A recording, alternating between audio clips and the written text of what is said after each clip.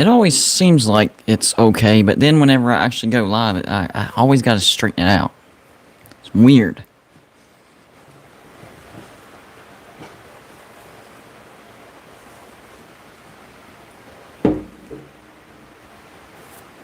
I'm really hoping YouTube does their thing and notifies people. Because I'm pretty excited about this one.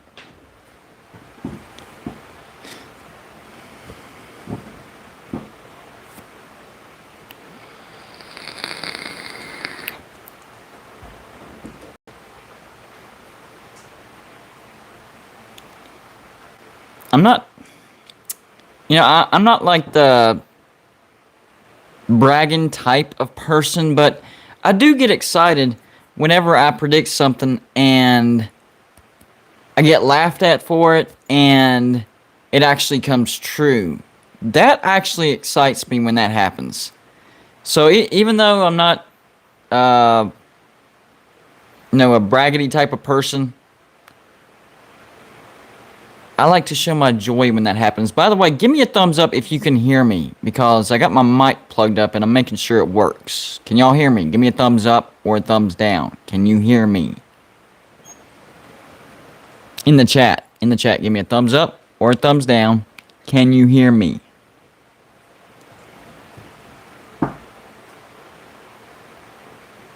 Okay, so you can hear me.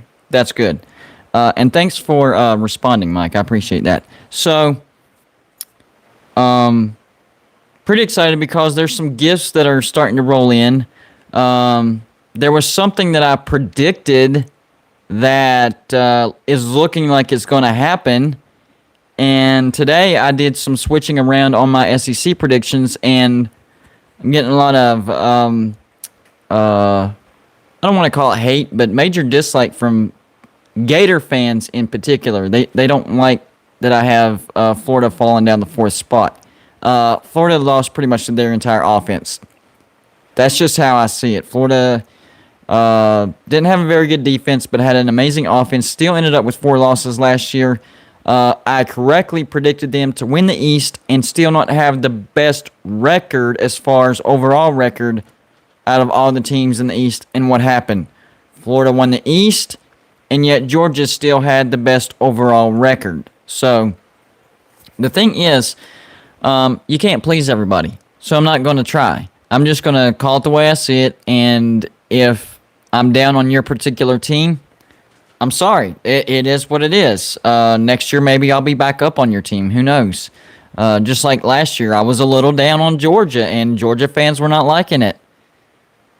It's the way I saw it, because that starting quarterback, Stetson Bennett at the time, was trash. And I was like, he's going to cost you at least 2 games. And that's exactly what happened. But as soon as JT Daniels was in there, Georgia got back on their feet. So, yeah, I mean, Mike's correct as far as his comment just now. I'll even narrow it down to that. Pitts was, I would say, 80% of their offense. Of course, Trask, major part of that.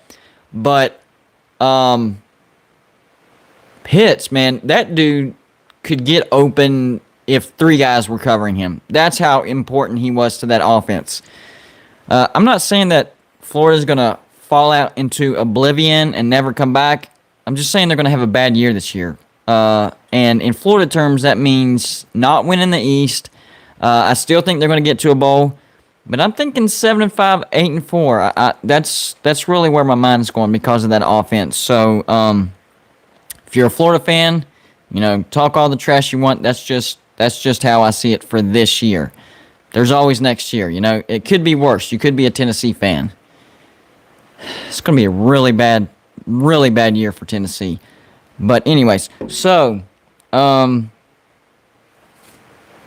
this is one of my gifts. I got this one from, I believe it was either Marshall or Scott. So that was the Heisman Trophy clip in the newspaper. That was pretty sweet.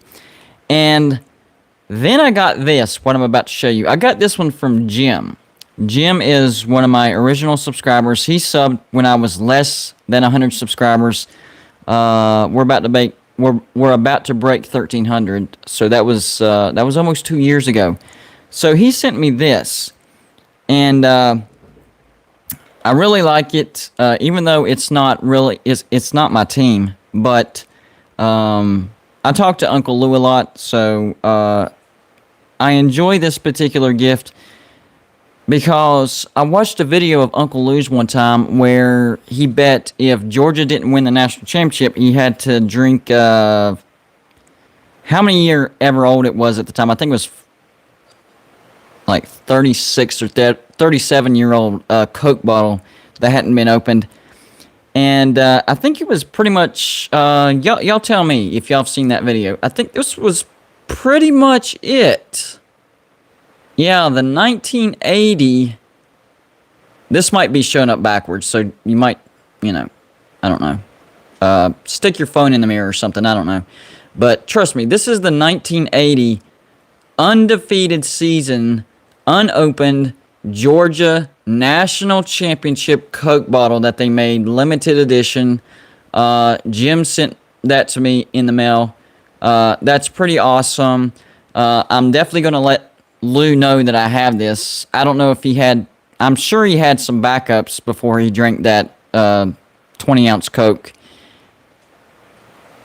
and said he ended up in the hospital and all that stuff. But there it is. I think that's pretty cool. It's not my team, but it's going to get displayed. It was limited edition, 1980 National Championship year for the Georgia Bulldogs. So yeah, I like that gift. It will get put up on my background. And some more exciting news. And I just ordered it today. I'm not sure when it's going to get here, but you see those sound panelings?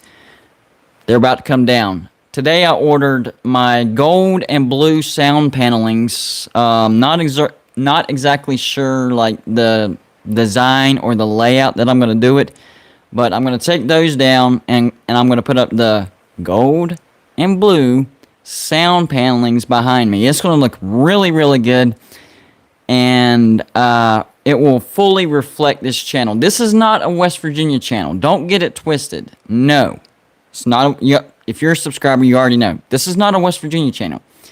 It happens to be a college football YouTube channel presented by a West Virginia fan. Trust me, I tried the West Virginia route whenever I first started this. Yeah, not very successful.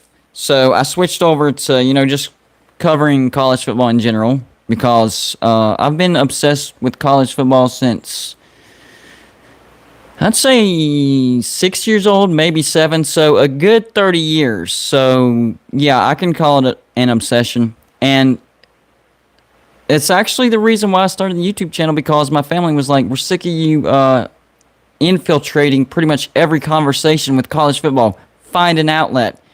And my brother said, hey, go check this guy out. It was Uncle Lou. I was like, man, that's right down my alley. I'm not trying to be Uncle Lou.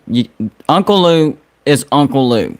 If you're trying to be somebody else, then forget about it. You're not going to succeed. I'm going to Blue Dude. That's who I am. But obsessed with college football, and I do like to talk trash every once in a while.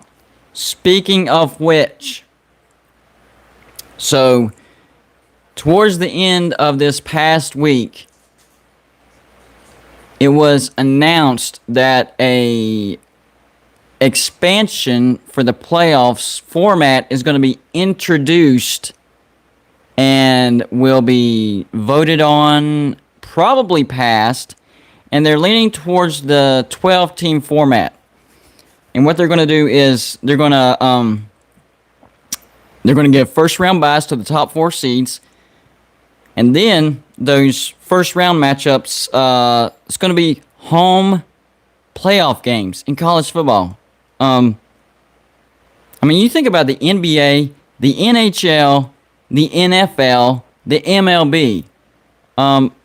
If you don't watch those sports during the regular season, you try to catch at least 1 or 2 of the home playoff games simply because of the atmosphere. I'm not a hockey guy, not in the least bit. Well, I'll watch every once in a while. It's a very physical sport, and that piques my interest. Anything like that, MMA, anything like that, I'll tune in. But I'm not a regular season NHL person, hockey person. But whenever the playoffs happen, I try to tune in. every once in a while, not all the time, not consistently, because that atmosphere is freaking amazing. Especially if you catch a game 7 in the NHL. That's insane. The atmosphere is insane. By the way, while I have y'all in the chat, if you would do me a quick favor and hit the thumbs up button. It's free. It's easy. One click. It helps with the YouTube algorithm to get this thing, promoted in other areas and get more people in. Do a quick thumbs up, and I would greatly appreciate that. But my point is, here's my point. So those first rounds are going to be home playoff games, right? You're going to have the 5 seed at the 12 seed, the 6 seed at the 11 seed, the 7 seed at the 10 seed, and the 8 seed at the 9 seed. That sounds familiar. What? Oh yeah. About, I think it was like 2 months ago, yours truly suggested that if they did an expansion, now my favored was a 10 team, but it was very similar. I got the number wrong. Not gonna sugarcoat that part. Okay, I got the number wrong. I said 10. 12 is close enough. But what I did get right was the possibility of bye weeks and home playoff games. You know what happened when I did that? I got laughed at. Golden Blue Dude, you're crazy. That would never happen. That doesn't even make sense. Why would you do home playoff games? Or why would you do bye weeks?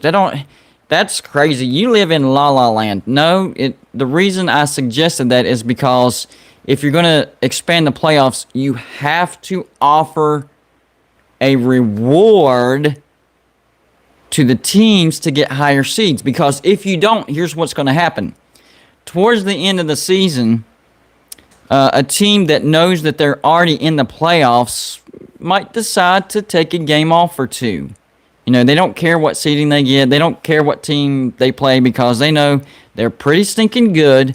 And let's get some rest. Let's take a day off. Let's rest some starters here and there so we can be fresh for whoever we play.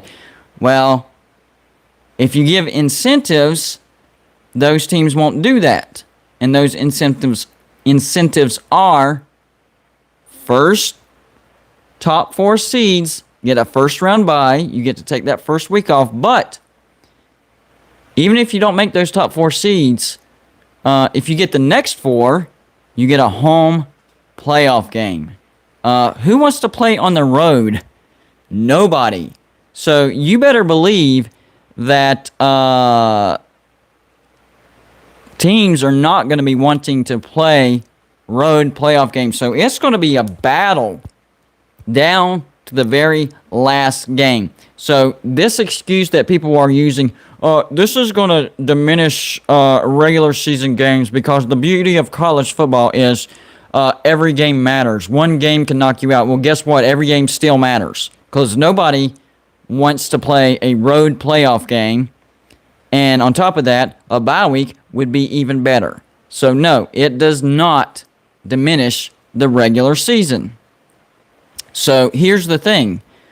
Top 4 seeds get a bye. So those, the teams that know they're in, they're going to keep playing hard towards the bitter end because they want to get that bye.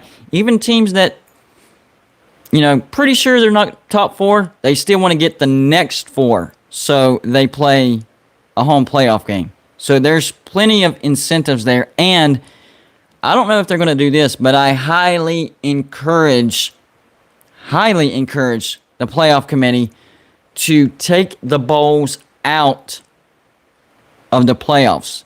It doesn't make any sense. That actually does diminish the bowls. Because basically you're just putting a playoff label on a bowl. A playoff label on. Don't do that. Keep the bowls separate. Those bowls will still mean something because guess what? There's going to be some good teams that don't make the playoffs. And that's going to be a big deal to those teams. It's going to be a big payday, a big recruiting tool. All that stuff is still in play. It's still in play. So there's no need to incorporate bowls into the playoffs. Don't do it. It's stupid. It doesn't even make sense. And it's not even, the playoffs aren't even set bowls. They're rotated through. Sometimes it's, the Rose Bowl and the Peach Bowl, and some years it's the Sugar Bowl and the Fiesta Bowl, Fiesta Rose, Sugar Peach, Fiesta Peach. I mean, mix and match, basically. Just get rid of the bowls, keep them separate. And Jim stole some of my thunder, but that's okay. As far as the Notre Dame thing, the thing about the top 4 seeds is the top 4 conference champions get those top 4 seeds. So that's another really good reason why I want this to pass, because Notre Dame has been getting into the playoffs because of their name. And what happens once they get into the playoffs? They get destroyed. They don't just lose. Look, I get it. Oklahoma, they've been in the playoffs 4 times, and they've lost 4 times. But they've had some good games in the playoffs. For Notre Dame, they haven't had one good playoff game. They have gotten destroyed. But because of their name, because of that golden dome, because of their helmet, and, as long as they only have 1 loss, we'll let Notre Dame in. And, last year they beat the quote-unquote number 1 team in the nation in Clemson, even though Clemson was missing half their defense. And what happened? Rematch, ACC championship, Notre Dame destroyed. They get into the playoffs. What happens? Notre Dame destroyed. So I really like that aspect, because Notre Dame's not in the conference.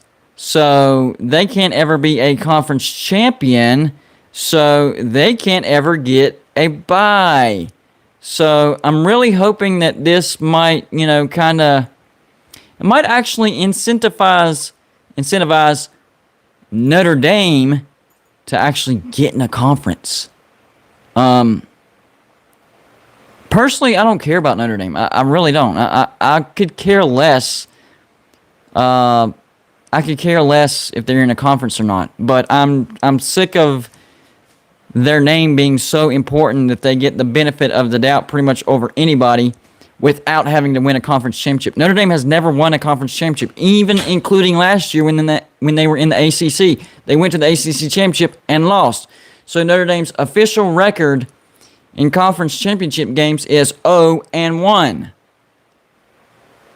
Notre Dame, pick a conference, join the conference, and then you'll really figure out if you're worthy or not to get to the playoffs. I know last year you beat the number 1 team, Clemson. Shortened season. You did get to the ACC championship and you got destroyed. You haven't proven a daggum thing.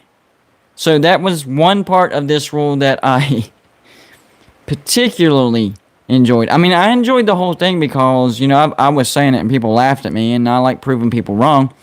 I'm not trying to be arrogant about it. Don't get that out of this. But I'm just saying it's nice when people actually laugh at you and it happens. That's when you're like, I tried to tell you, so, can't say you weren't warned. I got the number wrong. I got the number wrong. I was banking on 10, maybe 16. I didn't see that middle ground, 12. And the one remark that I did like that the playoff committee gave was, and I suggested this as well, where they wanted to skip over the baby steps. And that's exactly what I was saying. I was like, skip over the 6, skip over the 8, get to the right number now. Let's stop taking baby steps. I thought the first step to a 14 playoff, I'm like, you expanded by 2 teams. What did he freaking do? They didn't do much, and it's proven. And even if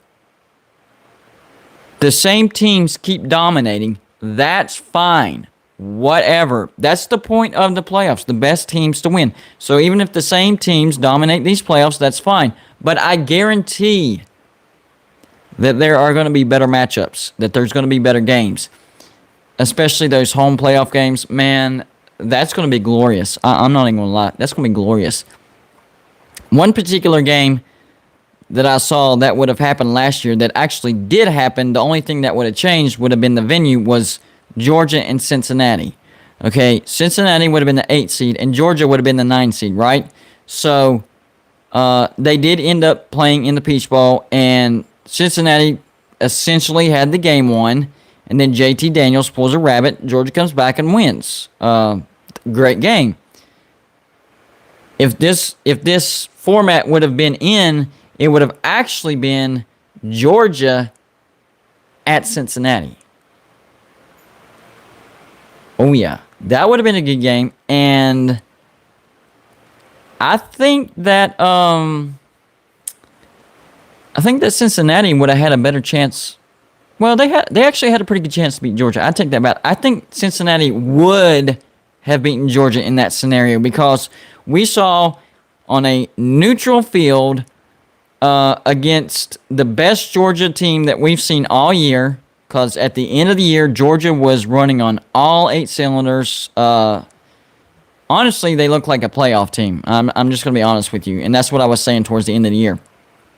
So Cincinnati hung in there with the Georgia team that looked like it deserved to be in the playoffs. So you take that same game, and instead of it being in a neutral site, I say neutral, but it was really heavily favored by Georgia fans. It was essentially a home game for Georgia. You're basically flipping that over to a Cincinnati crowd because it would have been at Cincinnati. I'm telling you, I think Cincinnati would have beaten Georgia, but the problem is their reward would have been playing Alabama.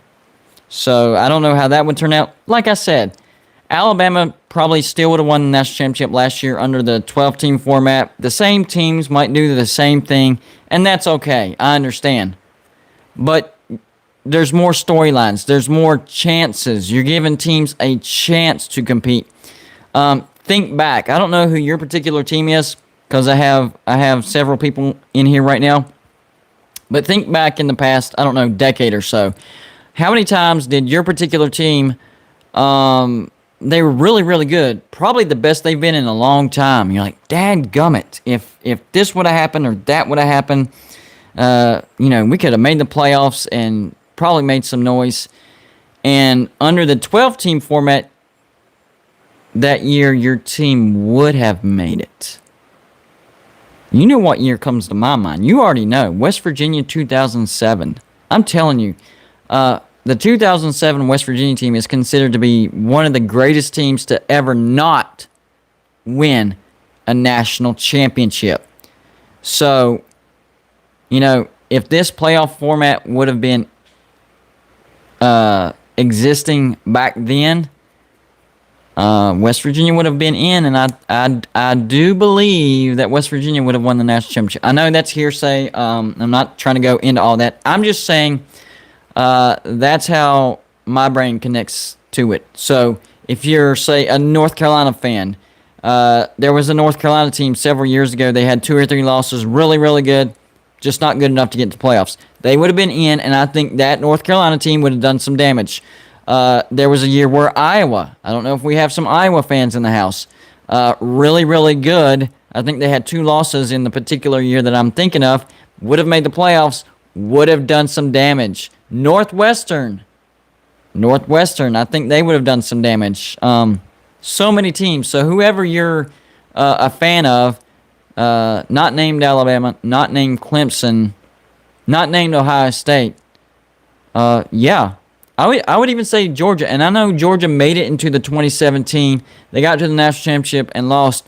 But under this 12-team format, I think Georgia, I don't know for sure because I don't know the actual rankings, but I would say most of the last decade, Georgia would have been in the playoffs because usually Georgia at least finishes in the top 10. So I know wishful thinking, you can't... 2020, hindsight is always 2020, but going forward, those are the teams that we get to look forward to. The dangerous teams that never made it to the playoffs. And if you're a fan of a particular team, you can think of a particular year right now as we speak. Even UCF, remember when they went undefeated? There was an Auburn team that shoulda, woulda, coulda. So this could apply to many, many fan bases where they were super close, just not quite there.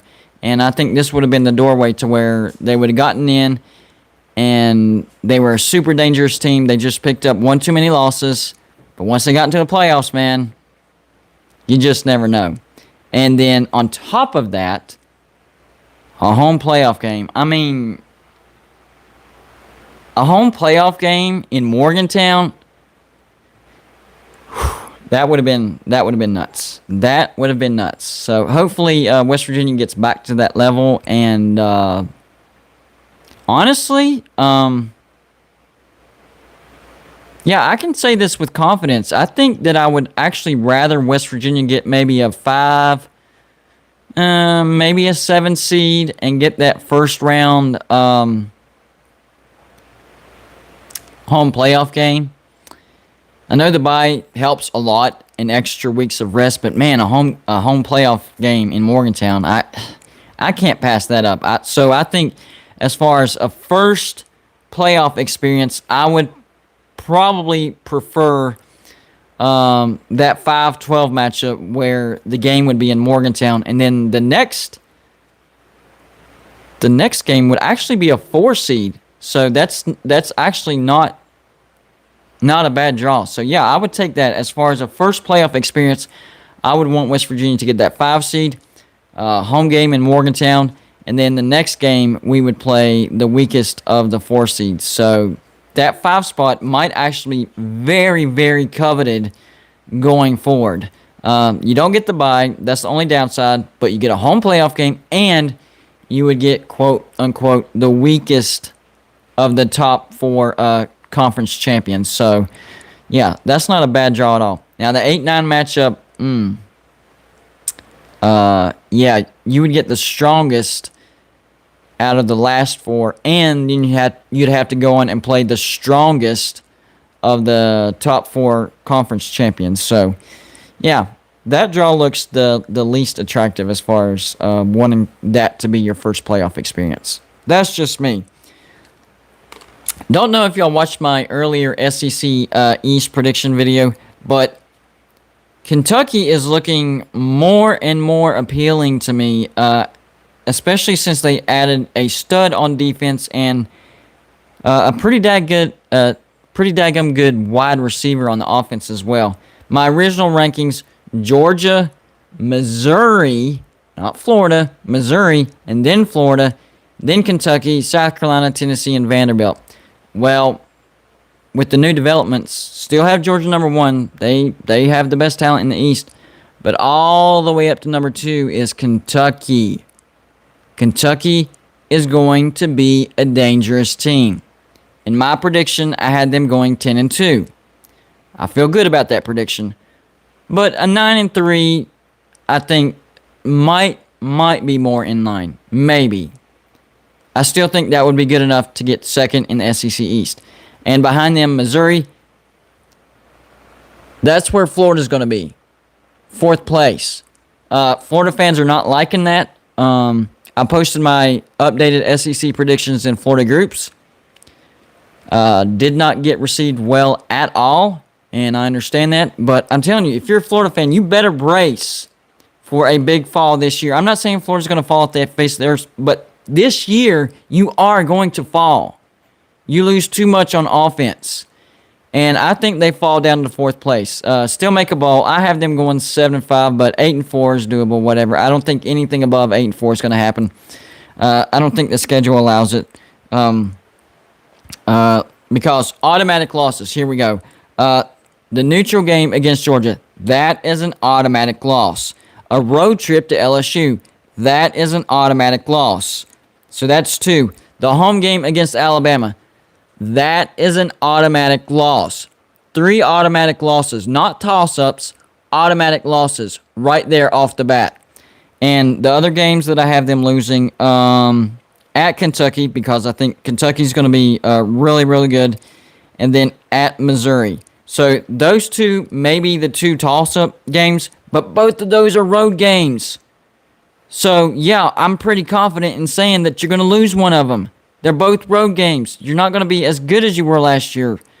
I guess you'll be good, but definitely not great, and definitely not going to be elite. That's not happening. Hold on, I just saw a comment. Larry says, GBD, you going to be in Morgantown this fall? I'm going to be in Morgantown, and hopefully it's going to be twice. I'm going to try to go to the Virginia Tech game and the Texas game. Me and D4 have plans to go to the Texas game. He's a Texas fan. I'm a West Virginia fan. We're buddies. We're not going to, there's no fighting, nothing like that. He's like 3 times my size anyway, so he'd probably kill me if we got in a fight. But, yeah, definitely the Texas game, sitting together in the West Virginia section. So he's going to have a hell of an experience. Then the Virginia Tech game, I really want to go to that one. I think West Virginia takes another step forward this year. Not quite to the 10-win season yet. I think 8 wins, another step forward. We're going to have our offense will take another step forward. Defense, slight step backwards, but we're not going to fall off a cliff like some West Virginia fans think. Tyke Smith going over to Georgia. Well, guess what? KJ Martin's coming back. And West Virginia fans were whining last year that he decided to opt out. Oh, that's going to hurt our defense. Our defense is going to suck. Well, now Tyke stepped up. He's gone to Georgia, and now they're whining about that. Well, you forget about KJ Martin. He's coming back. We're going to be fine on defense is the point, and our offense is going to be better. So, yeah, 8-4. Not a terrible schedule either. But Florida, cannot stress this enough. Brace for impact. 2021 is going to be a little bit bumpy. It's not going to be as bad as Tennessee because I think Tennessee could potentially have 10 losses. Seriously. They had a mass exodus. And like I said in my video, they got the quarterback transfer from Virginia Tech, Hendon Hooker. He might have to play on both sides of the ball because 30-some players exited via transfer portal. So you never know. He might have to play. I know they're going to fill all the scholarships, but you get my point. Rough year for Tennessee. I do think they have a good coach, Josh Heupel. I think he's a good coach, but it's going to take a while to build Tennessee back. It's garbage right now. Not even going to sugarcoat it. BBD, if you're watching, garbage. Tennessee's going to be garbage this year. You'll rebound eventually, but not this year. Definitely not. And can't believe I'm saying this. I think Tennessee is going to be so bad that I think Pitt is going to go into Neyland Stadium and beat Tennessee. There, I said it. Pitt's going to win, but only because Tennessee's going to suck so bad. That's the only reason. I'm going to wrap this up. It's a quick show, I know. I try to make it an hour, but guys, I still haven't gotten my AC fixed. It is hot as hell in here. I'm starting to sweat. I can't take it any longer because we do have fans in here, but they're so loud that I have to turn them off. You wouldn't hardly be able to hear me.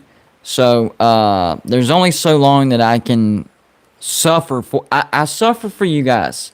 So know that. Know that I suffer for you. I really, really do. But I can only suffer for so long. So I'm going to wrap it up. I appreciate everybody stopping by. I appreciate all the thumbs up. A lot of thumbs up tonight. Appreciate you guys. Hope you enjoyed the show. Going to be back up on Wednesday. Still working out the internet issues as far as the call-in show. We will get it figured out, I promise.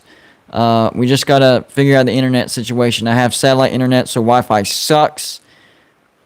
And I'm pretty sure that my hotspot will have reset by then. Otherwise, if you just came across this channel and you're like, what the heck's going on? It's Golden Blue Dude. Go check out my channel. Hit the subscribe button. June 29th, guys. June 29th. 1 year straight of college football videos every single day. Haven't missed a day for almost a year. And on June 29th, it will be a year straight. And I don't see any end in sight because for whatever reason, you guys like it and you keep supporting me. So as long as you keep doing that, I'm going to keep putting those videos out. Y'all have a good night. Have a great weekend. And I'll see you on Wednesday night.